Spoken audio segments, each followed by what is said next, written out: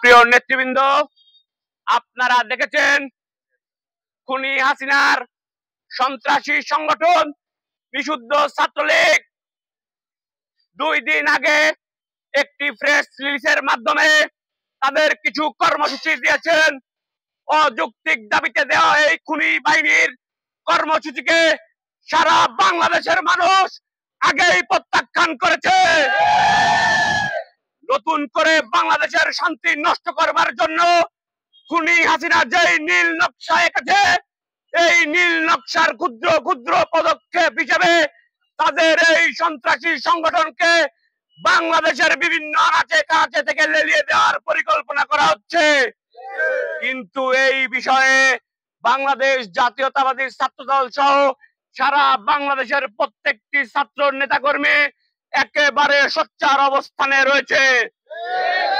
এরপর থেকে প্রত্যেকটি উপজেলায়, প্রত্যেকটি ইউনিয়নে, প্রত্যেকটি ওয়ার্ডের অলিতে গলিতে, পাড়া মহল্লায়, প্রত্যেকটি জায়গায় ছাত্র দলের সজাগ দৃষ্টি থাকবে। এই ফেব্রুয়ারি মাসে যেই হত্যা, অবরোধ, ট্রিপলেটের কর্মসূচি দেওয়া হয়েছে, কোন কর্মসূচি এই বাংলার মাটিতে খুনি সংগঠন পালন করতে পারবে না। বাংলাদেশের সাধারণ জনগণ পালন করতে দেবে না।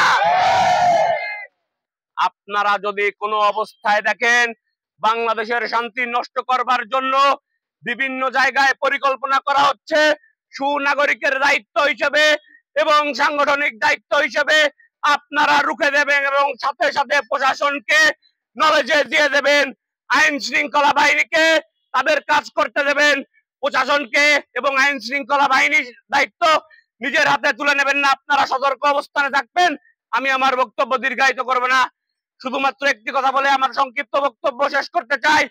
যে এই সংগঠনের প্রধানকে এই দেশের সাধারণ জনগণ দেশ ছাড়া করেছে, এই দেশের সাধারণ মানুষ বয়কট করেছে, সেই সংগঠন এই বাংলার মাটিতে কোনোদিন আর উঠে দাঁড়াতে পারবে না।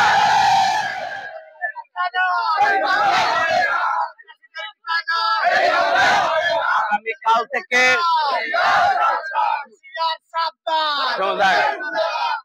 আজকে থেকে আপনারা পুরো ফেব্রুয়ারি মাস পর্যন্ত যার যার উপজেলায়, যার যার ইউনিয়নে, যার যার ওয়ার্ডে প্রত্যেকে খুব সতর্কভাবে পাহারার দায়িত্ব পালন করবেন এবং আইন শৃঙ্খলা বাহিনীকে সাহায্য করবেন। আসসালামু আলাইকুম।